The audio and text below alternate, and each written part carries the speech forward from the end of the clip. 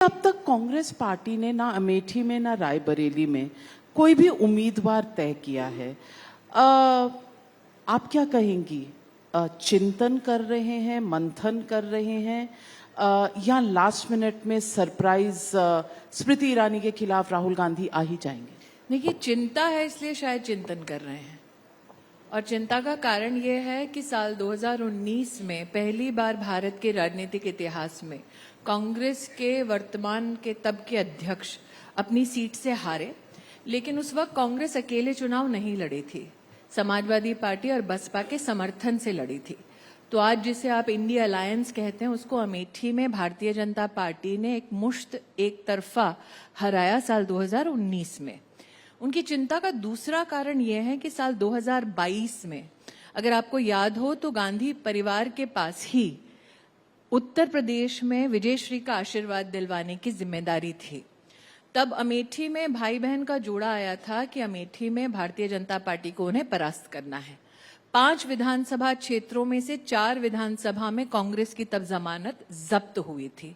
जिस कांग्रेस पार्टी को साल 2019 में 4,30,000 से ज्यादा वोट मिला था, वो कांग्रेस पार्टी 2022 में 1,30,000 के आसपास अपनी वोट में सिमट कर रह गई थी। चिंता है, इसलिए चिंतन कर रहे हैं। चिंतन का कारण एक ये भी कि हाल फिलहाल में किसी ने जय घोष कर दिया कि एक यात्रा लेकर आप अमेठी से गुजरें तो लोगों की भीड़ उमड़ पड़ेगी।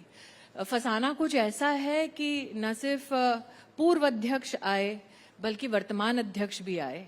उनका कम्युनिकेशंस का पूरा एक कुनबा आया। कुछ ऐसे नेता भी आए जो कसीदे पढ़ते हैं खानदान के।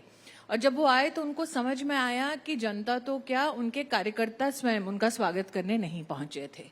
हाल ये हो गया कि जब यात्रा लेकर आए तो उन्हें जाकर जनपद के बाहर टोल नाके पर कार्यक्रम करना पड़ा, वहां पर भी कोई नहीं आया। हाल ऐसा कि अगर आप उनका घोषित कार्यक्रम देख लें तो वो कांग्रेस के अमेठी के जो कार्यालय में भी रुकना अपने आप को मुनासिब उन्होंने नहीं समझा। और जो वो पूरा भूगोल जानता है, सुल्तानपुर से रायबरेली के लिए उन्होंने हेलीकॉप्टर लिया। तो शायद ही एकमात्र यात्रा का एक छंद था जिसमें उन्होंने धरती पर पग नहीं धरे, जिस धरती को वो अपनी 50 साल की विरासत मानते थे। और अगर किसी को ये खुशफहमी है कि लास्ट मिनट में कैंडिडेट अनाउंस कर देंगे और मैं बहुत चक्की रह जाऊंगी, तो इससे ज्यादा कोई जुवेलाइन पॉलिटिकल पोजीशन हो नहीं सकता। क्योंकि हम जानते हैं अंततोगत्वा कोई तो लड़ने आएगा ही। अब उनकी क्या प्रायोरिटी है, वो उन्होंने वायनाड से अपने कैंडिडेचर को डिक्लेयर करके अमेठी को बता दिया है कि अमेठी उनकी सेकेंड चॉइस है, फर्स्ट चॉइस है ही नहीं। दूसरा, अगर वो लड़ने आते भी हैं तो क्या वो अकेले लड़ने में सक्षम हैं? तो जो नेता अकेले से मतलब बिना अखिलेश, बिना मायावती, अपने दम पर, जहां 50 साल से उनकी एक हुकूमत रही है, जहां पर उनका नाम है, रुतबा है, शोहरत है, क्या वहां आज गांधी खानदान का कोई भी व्यक्ति अकेले अपनी पार्टी के सिंबल पर लड़ने की क्षमता रखता है या रखती है? तो जिसे खुद सहारे की जरूरत है चुनाव लड़ने के लिए, वो दूसरों का सहारा क्या खाक बनेंगे? स्मृति ईरानी जी, आपने एक ही वाक्य में और शब्दों पे अगर मैं गौर करूं तो आपने कहा रखता है या रखती है।